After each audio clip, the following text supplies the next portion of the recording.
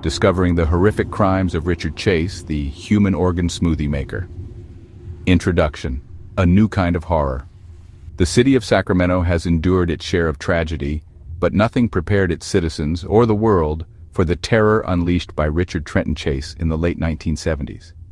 Known to history as the Vampire of Sacramento, Chase's infamy is built not only on his brutality, but on his deranged, almost surreal rituals involving blood, organs, and the literal blending of human remains. What drove a troubled young man to become the human organ smoothie maker? To answer that question, we must journey through the labyrinth of mental illness, broken systems, and the darkest corners of human depravity. Early life: the making of a monster. Born on May 23, 1950, in Santa Clara County, California, Richard Chase was the eldest child of strict, often abusive parents. His father, a disciplinarian prone to violent outbursts, ruled the household with an iron fist, while his mother drifted between neglect and paranoia. Chase's childhood, marked by physical punishment and emotional isolation, became the crucible in which his mental instability began to simmer. By his early teens, the classic McDonald triad, animal cruelty, pyromania, and bedwetting, appeared in his behavior, signaling deep-seated psychological disturbance. Teachers described him as withdrawn, unable to form lasting friendships, and obsessed with violence. His earliest psychiatric interventions hinted at a grim future. Therapists noted a total inability to distinguish fantasy from reality. By high school, Chase was experimenting with drugs and alcohol, retreating further into a world populated by strange delusions. His family tried to intervene, but by then the damage was done. Descent into madness, hallucinations, paranoia, and obsession. In his early 20s, Chase began to exhibit classic symptoms of paranoid schizophrenia, the most dangerous kind. He developed the belief that his blood was turning to powder and that his organs were shrinking. Convinced that he was being poisoned, Chase adopted bizarre rituals to replenish his blood. He started killing small animals, draining them, and sometimes even blending their organs into a gruesome concoction which he would drink. By 1975, Chase was institutionalized for injecting himself with rabbit's blood. Doctors were horrified by his state. He would smear blood from birds and rodents across his face, complain that his heart had stopped, and claim he needed animal blood to survive. The staff dubbed him Dracula. Even among the mentally ill, Chase stood out as uniquely disturbed. Despite these red flags, Chase was eventually released. Deemed not a danger to others, he was given over to his mother's care and prescribed antipsychotic medication. She quickly decided he didn't need the drugs and stopped giving them to him. Within months, Richard Chase was living alone, his apartment festering with filth, dead animals, and a collection of knives, blenders, and empty cartons of animal blood. The murders begin, a city's nightmare. The first victim, Ambrose Griffin.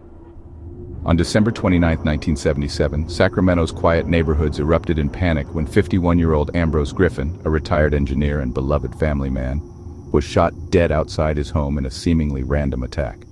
Witnesses saw a thin, wild-eyed young man driving a rusted Chevrolet take aim with a .22 caliber pistol before speeding away. The killing was as senseless as it was brutal. Police found little evidence, but the stage was set. The Vampire of Sacramento had begun his killing spree. Escalation, the Hall of Blood. The next month, Chase's delusions reached a fever pitch. He believed he needed to drink blood to survive and that his heart would stop if he didn't. He prowled the city, breaking into homes not to steal, but to search for unlocked doors. His twisted logic was that an open door meant he was invited in. On January 23, 1978, Chase entered the home of Teresa Wallen, 3 months pregnant and home alone. What happened next still horrifies even veteran homicide detectives. Chase shot her 3 times, dragged her body to her bedroom, and performed unspeakable acts, stabbing her repeatedly, removing several organs, collecting blood in a yogurt container, and using it to bathe her body. He also used a kitchen blender to mix some of her blood and organs into a smoothie, which he drank. He left the house soaked in blood, taking with him some of the remains, which he later consumed. 4 days later, on January 27th, Chase unleashed a bloodbath that would horrify the nation. He broke into the home of Evelyn Miroth, a 38-year-old mother who was babysitting her 22-month-old nephew David, with her 6-year-old son Jason and a visiting neighbor, Dan Meredith. In a frenzy, Chase shot Dan Meredith in the hallway, then turned his gun on Evelyn, killing her as she tried to protect her children. He shot and killed Jason in the bathroom. then dragged Evelyn's body to her bedroom. There he mutilated her, removed several organs, and drank her blood directly from the wounds. He also raped her corpse and stabbed her repeatedly. Chase then killed the toddler David and performed the same grisly rituals, drinking his blood, removing parts of his organs, and blending the remains into a sickening smoothie which he would later consume. Police later found half-empty containers of blended human remains and blood in his apartment. The stench and horror beyond description. When a friend of Evelyn's arrived, she found the door locked and heard strange noises inside. By the time the police arrived, Chase was gone, leaving a trail of carnage in his wake. The Meredith murders shocked the community and overwhelmed law enforcement. Sacramento police, unused to such carnage, called in criminal profilers and the FBI. It was the era of burgeoning forensic psychology, and the details of the case, drained bodies, cannibalized organs, sexual mutilation, suggested something far beyond an ordinary murder. Agent Robert Ressler, one of the pioneers of criminal profiling, was brought in. He quickly identified the key features. The killer was a disorganized, psychotic young male, likely local, suffering from delusions so extreme he was beyond normal reasoning. The blending of blood and organs indicated deep-seated fantasies about absorption and survival, a killer who literally believed he needed human blood to live. The break in the case came when a witness spotted Chase's rusty Chevy near the crime scene. Further investigation linked the same car to the earlier shooting of Ambrose Griffin. A quick background check turned up Chase's name. When police knocked on his door, he answered smeared with blood, reeking of decay. He attempted to flee, but was quickly subdued.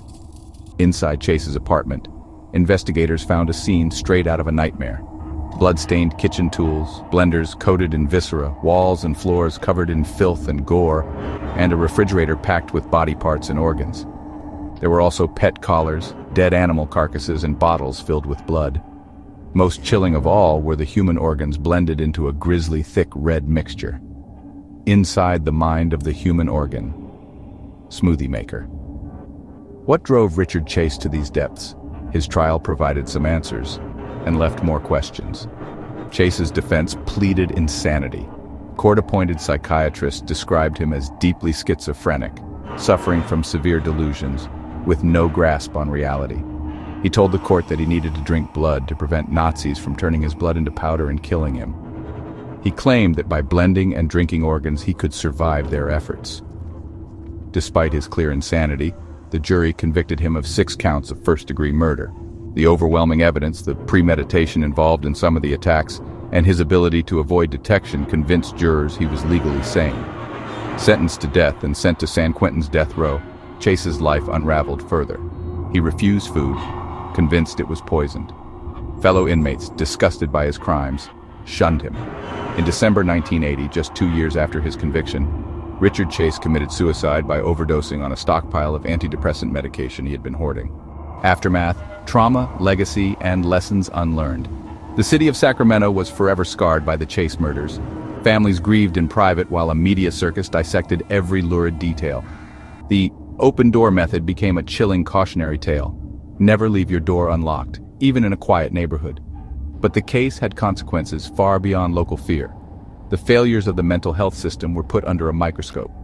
Chase was a walking case study in what can happen when a severely ill person slips through the cracks. He was released from a psychiatric facility despite clear evidence of dangerous psychosis, and allowed to live alone, untreated, with no oversight. Criminal profilers, especially those at the FBI, pointed to the Chase case as a warning of what disorganized serial killers can do. Unlike the methodical Ted Bundys of the world, Chase was driven by inner chaos, unpredictable and explosively violent, making him far more difficult to catch and stop. His rituals, blending organs, drinking blood, mixing flesh into grotesque smoothies, remain among the most bizarre and horrifying in the annals of crime. Why the world remembers Richard Chase. In the decades since his death, Chase has become a figure of dark fascination for true crime enthusiasts, psychologists, and criminologists alike. Countless books, documentaries, and articles have been devoted to dissecting his madness, his rituals, and his crimes. But beneath the sensationalism is a sobering truth. Richard Chase was not a monster born, but a monster made by a perfect storm of abuse, mental illness, social failure, and a society unable or unwilling to intervene in time. His descent into the macabre was marked every step by warnings, each ignored or misunderstood, until finally he exploded into a fury that left families shattered and a city in mourning. The legend of the human organ smoothie maker persists because it embodies the deepest of human fears, not just of random violence, but of the breakdown of everything we depend on to keep society safe: family, medicine, law, and reason. His crimes force us to look at the failures in the shadows and to wonder how many more like him might slip through the cracks if we do not learn the lessons of the past. Richard Chase's story is a grim reminder that evil is not always rational nor predictable. Sometimes it is born of madness, of wounds left untreated and minds lost to inner torment.